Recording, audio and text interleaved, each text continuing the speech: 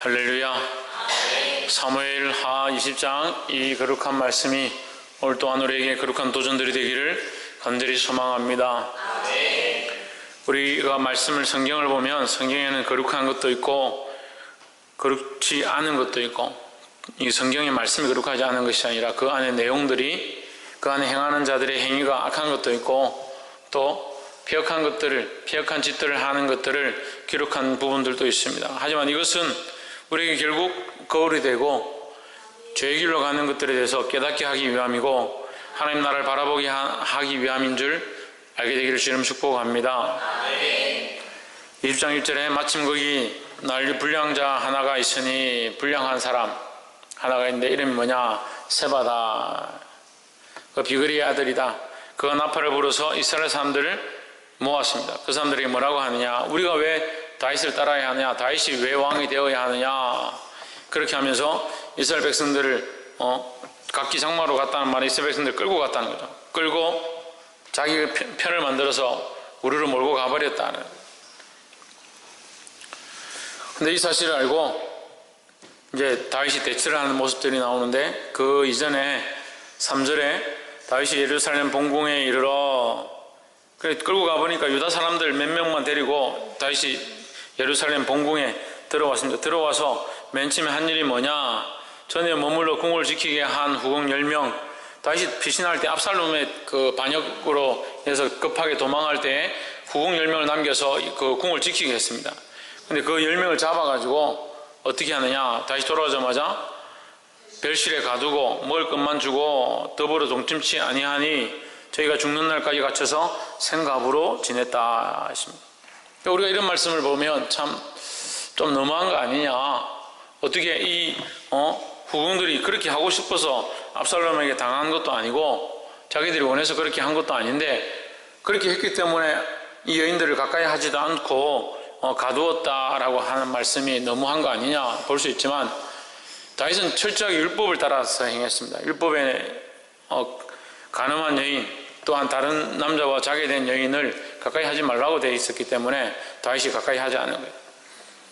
그런데 우리가 또한 여기서 보아야 될 것이 있습니다. 이것이 오늘날 우리가 보기에 힘들 수 있지만 영적인 문제다. 영적인 문제다. 율법에 그 말씀들을 기록할 때에 가만히 숨어서 지나가는 여인을 기다렸다가 강간한 자는 돌로 쳐 죽여라, 욕보인 자는 돌로 쳐 죽여라 되어 있습니다. 그러면 패역하고 엄란한 자들은 어떻게 하느냐? 여인을 어떻게든 넘어뜨리려 하고 엄란한 도구로 쓰려고 하는 사실들이 있다는 거죠. 그럼 이 세대가 순결한 여인들을, 정결하게 살려고 하는 여자들을 이 엄란함을 끌고 가는 그런 세태가 되어가고 있다. 우리 영적으로 어떻게 봐야 되냐? 순결한 그리스도인들을 죄의 길로 삼키려고 하고 엄란한 길로 우리를 넘어뜨리려 하는 이 세대가 눈앞에 있다는 것을 알아야 한다는 겁니다. 그래서 우리는 여기에 논리가 통하고 도덕이 통하고 윤리가 통하고, 그래서 이렇게 하면 안 되지, 어떻게 우리를 이렇게 넘어뜨릴 수 있느냐, 우리를 바른 길로 인도해야 되지 않느냐. 세상 문화가 그렇지 않습니다. 세상 문화가 그렇지 않아요. 여러분 TV를 보면서 참 TV가 참 깨끗하고 진실하고 좋구나, 천만의 말씀.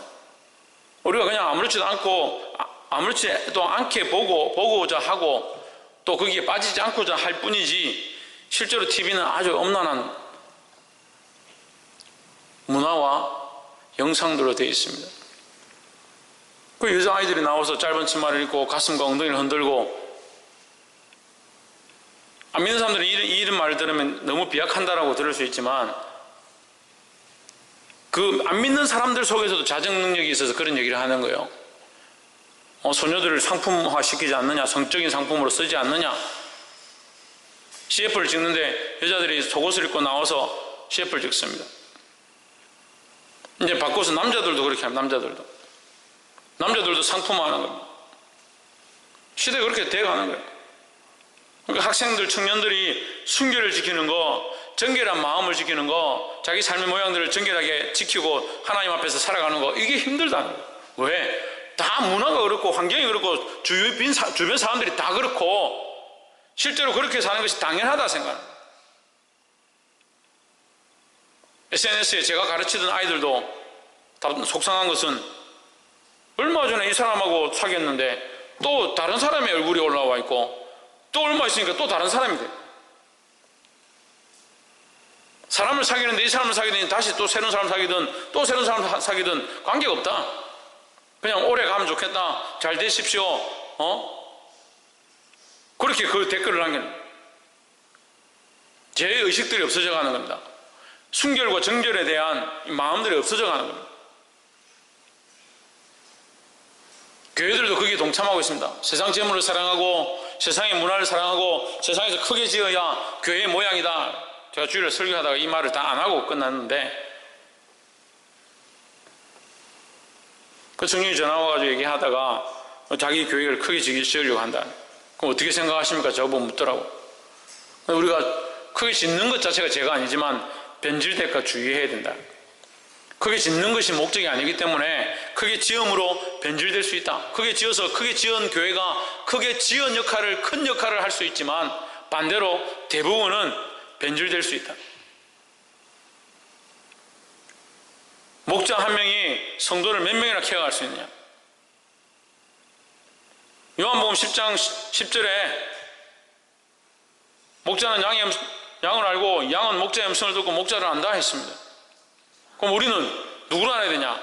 성도를 알고 영혼을 알아야 되고 성도는 목자를 알아야 되는데 안다는 게 그냥 안다는 게 아니에요. 영적으로 서로 케어하고 영적으로 세상 사람들이 관여할 수 없는 깊은 관계들이 있다. 영적 관계가 되어 있어야 된다. 영적 교통하면서 서로를 위해 기도하고 중보하고 사랑하고 돌보고 케어하고 자랄 수 있도록 양육하고. 저도 목회를 하지만 지금 있는 사람들도 버거워. 지금 있는 사람들 이만큼 가르치는데도 맨날 한 며칠 예배 안 드리고 오면 상태가 이래가 실컷 가르쳐가지고 말씀하고 기도하고 하나님 앞에 서게 만들어놨더니 봄바람이 날리는 거 뭐 이렇게 하면 뭐시 봄바람 따라서 날아가 버려요.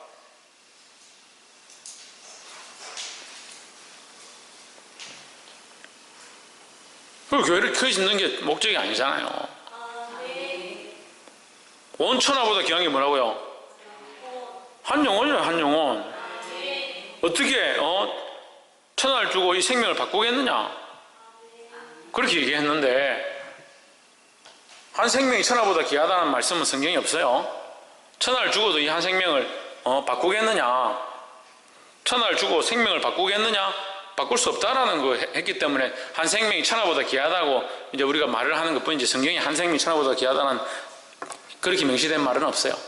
그렇게 말을 하다 보니까 한 생명이 천하보다 귀하다는 말이 오히려 그게 말씀인 것 같고 천하를 주고 생명을 바꾸겠느냐 그렇게 한 거는 말씀이 아닌 것처럼 이렇게 착각하고 있는데 실제는 말씀은 이렇게 반대로 되어 있습니다. 그만큼 생명이 귀하다. 그러면 큰 교회보다 한 생명이 더 중요한 거 아니에요. 그럼 목회는 내가 맡은 교사의 역할은 한 생명에 치중해야 되는 게 한 생명에. 어떻게 보면 내 가족보다 내 부모보다 내 애인보다 한 생명에 대한 이 각오함이 훨씬 커야 되는 거예요. 그런데 내 마음에 지금 존중함들이 그렇게 되어 있냐는 거예요. 예수 그리스도를 존귀하게 여기고 작은 자 하나를 존귀하게 여기냐는 거예요. 그래서 주일 오후 예배 말씀이 그거예요. 우리가 그리스도를 존귀하게 여기고 예수 그리스도를 바라본다면 그리스도께서 우리에게 맡겨주신 영혼에 대해서 이 복음으로 이 영혼을 살리는 것이 우리의 책임이라는 거죠. 그렇게 하지 않으면 교회가 교회 역할이 아니다. 그래서 제가 3.1교회 얘기를 했습니다. 3.1교회가 그렇게 몇백 명밖에 안 모였던 교회가 수천 명 넘게 모이는 교회가 돼. 10,000명 가까이 모이는 교회가 되었다.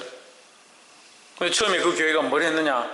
체육관을 빌려가지고 이화여대 그 강당을 빌려서 예배를 드린 걸 제가 알고 있습니다. 근데 교회가 뭐 했습니까? 갑자기 교회를 짓는다고, 크게 짓는다고 어마어마하게 큰 교회를 지었습니다. 제가 그때 가서 그 얘기를 듣고 실망했습니다. 돌아왔는데 얼마 안 있어 그게 터진 거예요. 사건이 터진 거예요.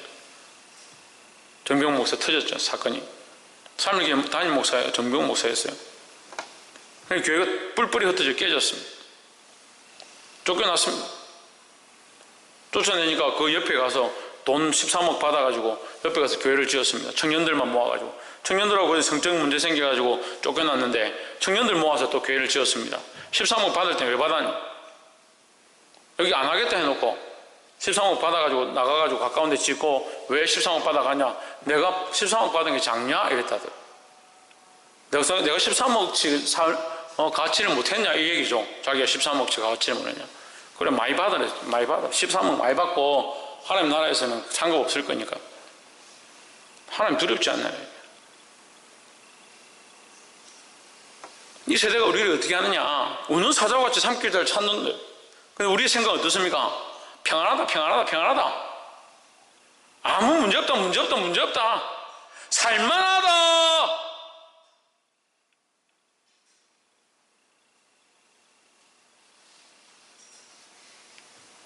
얼마나 세상에 살기 좋으면 그렇게 생각하고 있습니다.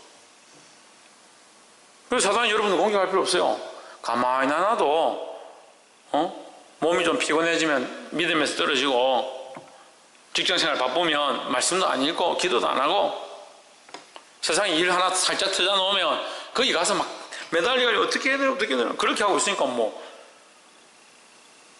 우리에게 십자가의 고난을 줄 이유가 뭐 있습니까? 세상에 문제만 하나 터뜨려 놓으면 돼.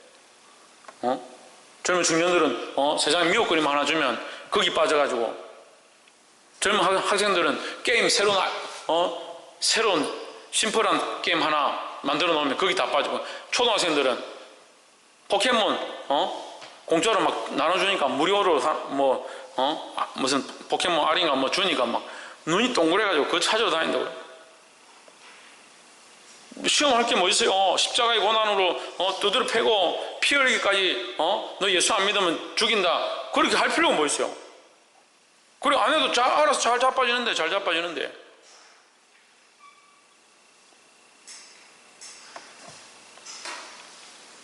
결국 자기를 더럽힌 자는 어떻게 됐다? 버림받았다. 물론 이 여인들이 원하는 게 아니었지만, 그래서 여인들이 약하다. 환경에 끌려가고 자기들이 싸울 수 없는 그런 상황 가운데 어떻게 보면 자기 목숨을 내어놓고 죽었으라도 이 순교를 지켰어야 되는 거잖아요. 이해가 안 돼요? 그분들이 살아있는 게 문제예요. 살아있는 게. 왜 살아있어요? 왕과의 지금 왕의 후궁으로 부름받아가지고 택함 받아가지고 얼마나 행복한 삶을 살았으면, 그 왕의 자식이 자기를 겁탈하려고 하면 어떻게 해야 됩니까? 목숨을 걸고도 그걸 싸워서 차라리 나를 죽여라 하고 그렇게 해야지. 멀쩡하게 살아있잖아. 살아있으니까 어떻게 합니까? 버림받는 겁니다. 우리는 믿음으로 싸워서 죽기까지 싸워야 되는 거예요. 차라리 이 땅에서 죽고 하나님 나라에 살면 되죠. 근데 이 땅에 멀쩡하게 살아있으면 어떻게 됩니까? 어떻게 된다고요?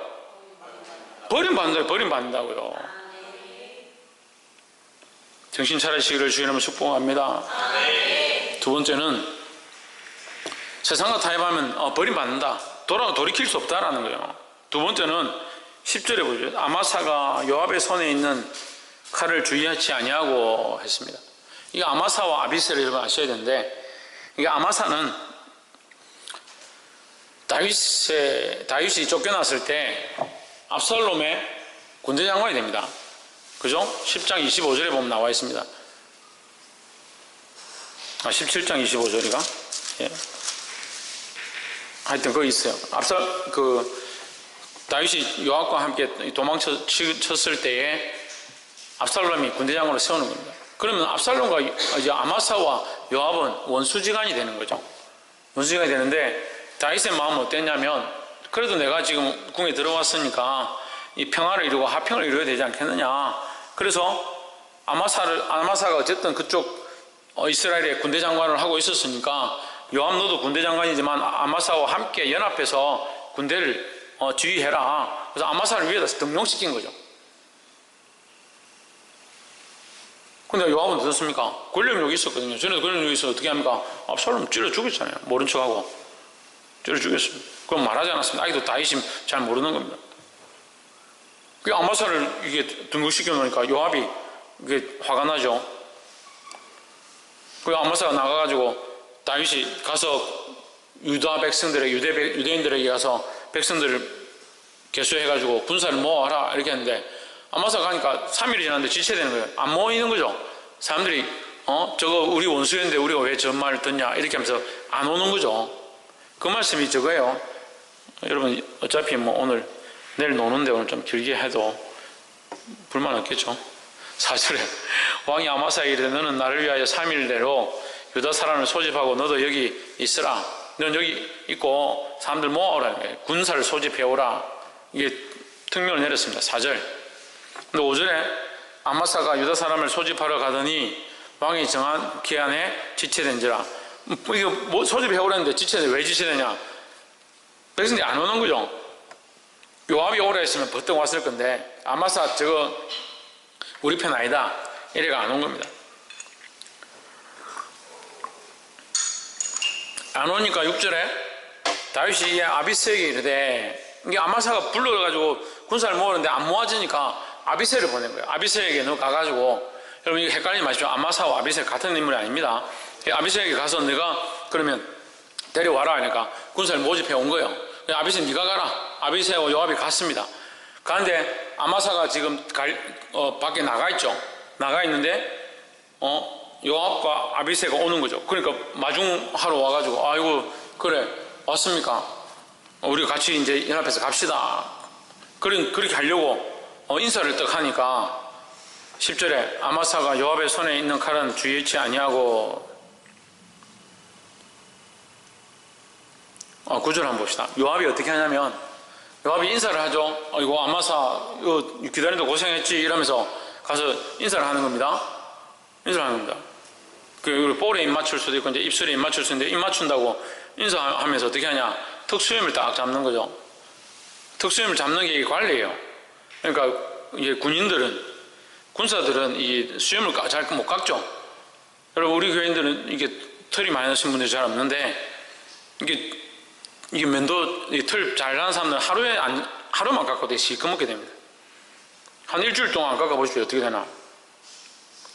한 달만 안 깎으면 이게 딱 우리 영화에서 보는 것처럼 이렇게 됩니다. 한 달 안 깎으면. 저도 한 달 안 깎으면 요 정도 될 거예요. 요 정도. 이 친구들은 뭐 면도기가 있습니까? 뭐 칼로 이렇게 깎을 겁니까? 면도를 잘 안 하죠. 군사로도 다니고 이렇게 하니까. 수염이 보통 이렇게 길러 다니고 이렇게.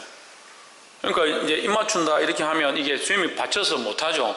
그러니까 관례로 서로 입 맞출 때는 턱수염을 잡고 서로 이렇게 입 맞춤을 하는 거죠. 우습지만 턱수염이 받치니까 턱수염 잡고 서로 입 맞추고 이렇게 하는 거예요. 그걸 인사하는 척 하면서 턱수염을 딱 잡으니까 이게 꼼짝 말하잖아요. 이해가 되세요? 상대가 턱수염을 딱 잡은 거예요. 잡으니까 지금 뭐 어떻게 뺄 겁니까? 딱 잡고 키스하는 척 하면서 칼을 딱 빼가지고 찔러버린 거예요. 10절에 아마사가 요압의 손에 있는 칼은 주의치 아니한지라 요압이 칼로 그 배를 찌르매 그 창자가 땅에 흐르니 다시 치지 아니하여도 죽으니라. 이 창자가 흘러버렸어요. 지금 좀 의술이 발달하면 흘러도 이제 다시 씻어가 넣으면 되는데 뭐 이게 의술이 안 되니까 어쩔 수 없죠. 죽어버렸다.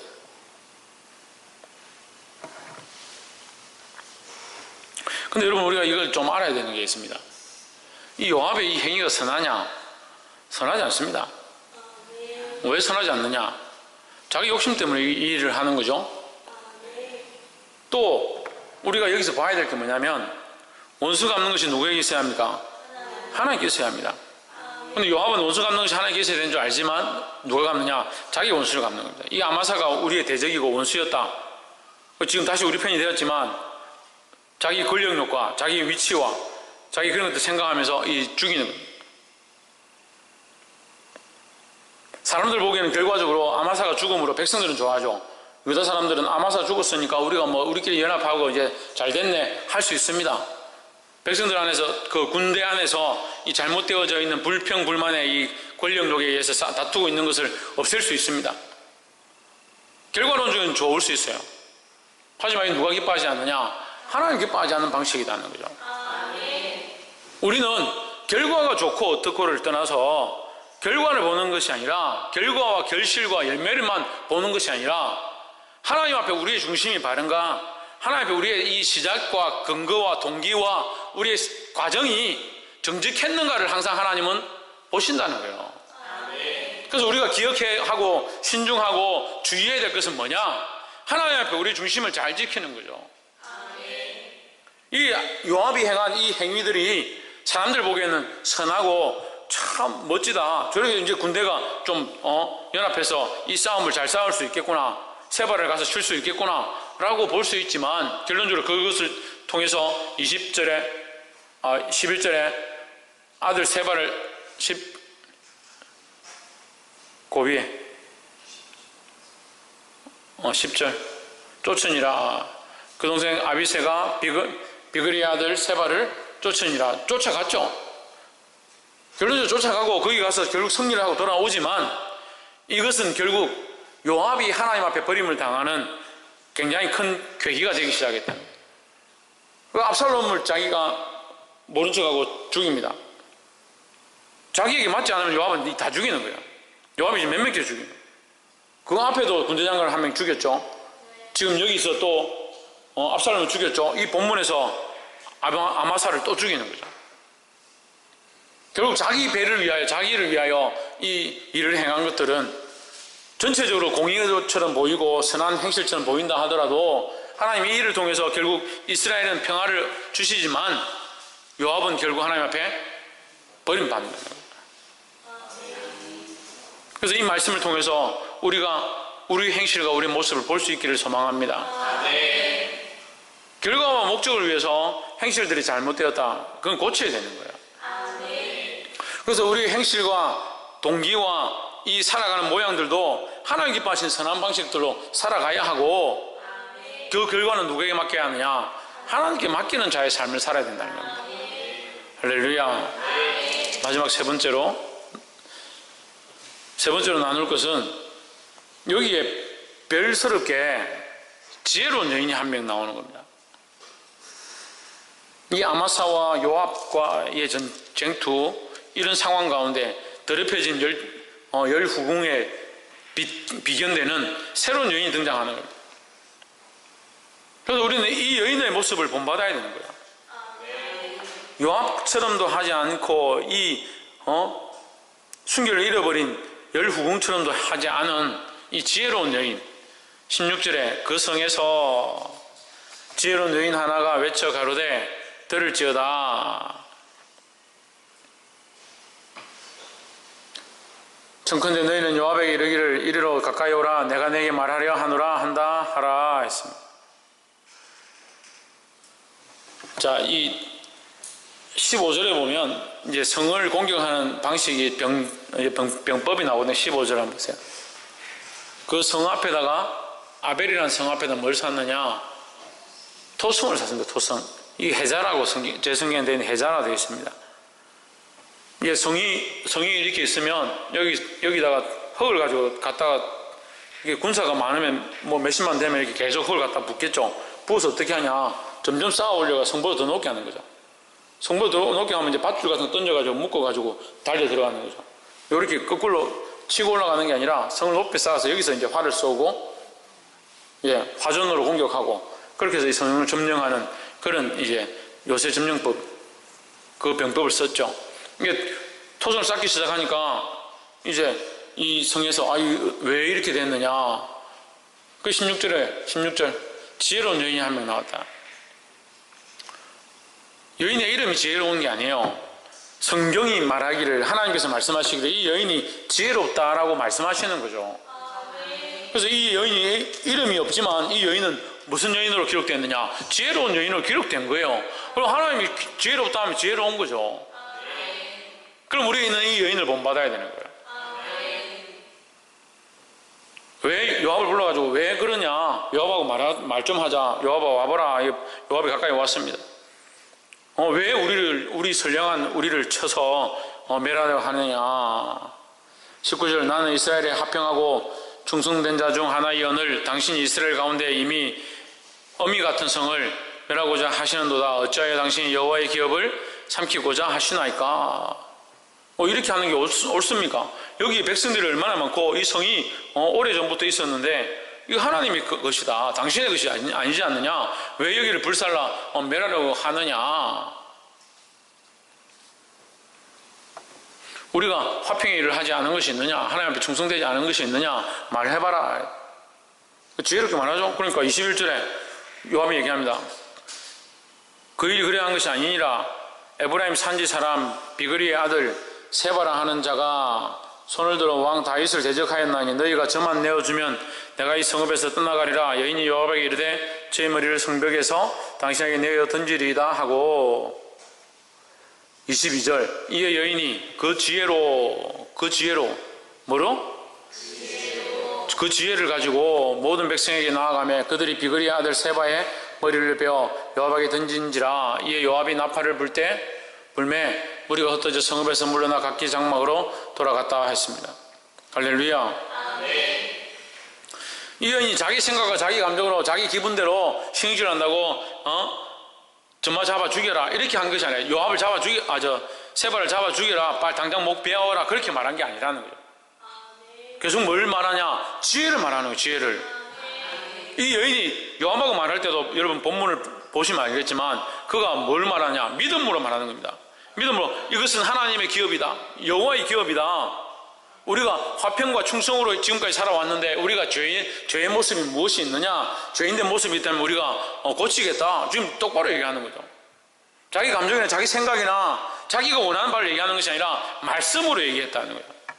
할렐루야. 그러니까 이 여인이 지혜로운 여인인 거죠. 그 백성들에게 설득할 때도 세바가 와서 무리들을 선동해서 왔겠지만 이 여인이 지혜로 말하는 겁니다. 지혜로 말했다는 말은 뭐예요? 자기 감정과 생각으로 말한 것이 아니다는 거죠. 이 지혜로운 여인으로 말미암아 이 성은 뭘 받습니까? 구원함을 받습니다. 우리는 이 지혜로운 여인들이 되어야 합니다. 백성은 살리고 악은 제하는 일, 그걸 우리가 해야 될 일이지 않습니까? 우리가 이 시대에 이 성읍에 이 땅에 이 지역에 그리스도의 선한 복음들은 흘러가고 생명을 살리는 일들은 일어나고 악한 것들은 제하는 역사가 일어나야 되는 겁니다. 할렐루야. 믿음으로 살아서 악을 제하고 복음으로서 영혼들을 살리는 일들을 해야 하는데 복음으로 영혼을 살리는 일에는 관심이 없고 세상과 타협하는 일에 자꾸 우리가 나아간다면 어떻게 성을 살리겠느냐? 여러분 우리 각자를 하나님께서 지혜로운 여인들로 지혜로운 백성들로 부르신 줄 믿습니다. 그럼 내가 서 있는 곳에 내가 지혜롭게 행함으로 그 성을 살릴 수 있는 자가 되어야 하는 겁니다. 내 가정에 내 학교에 내 직장에 내가 서 있는 곳에 지혜롭게 말하고 지혜롭게 행동해서 하나님의 의와 화평과 은혜가 흘러가고 거기 죄와 악의 것들이 제하여지는 그런 역사를 보게 되기를 주의 이름으로 축복합니다. 말씀 맺겠습니다. 이 지혜로운 한 여인을 통해서 이 아벨의 성 전체가 구원함을 얻습니다. 어리석은 열후궁으로 세상과 타협해버린 이 열후궁으로 말미암아 그들은 그들의 삶 가운데 왕과의 행복한 삶들을 버림받는 쫓겨나버리는 그런 신세가 되어버렸다. 세상 안락 즐기다가 세상 연락 즐기다가 세상의 즐거운 것들 또 쫓아가다가 하나님 나라에 버림받을 수 있다는 거예요. 그런 후궁의 모습들을 우리가 보고 이걸 타산지식으로 삼고 거울로 삼아서 반면교사로 삼아서 순결함을 지키고 또한 요압과 같이 자기 권력과 자기 욕심대로 끌려가다가 하나님 뜻을 저버리는 자들이 되지 말고 세상이 손해본다 하더라도 하나님 뜻을 세우는 자들이 되기를 소망합니다. 더 나아가서 이 지혜로운 여인처럼 나만 사는 것이 아니라 나로 말미암아가 이 성 전체를 살리고 말씀으로 일으켜 세워서 악한 것들은 제하고 선한 것들은 더 세울 수 있는 수많은 영혼을 주님 앞으로 이끌 수 있는 자들이 되기를 주의 이름으로 축복합니다. 기도하겠습니다. 이 시간 말씀을 기억하면서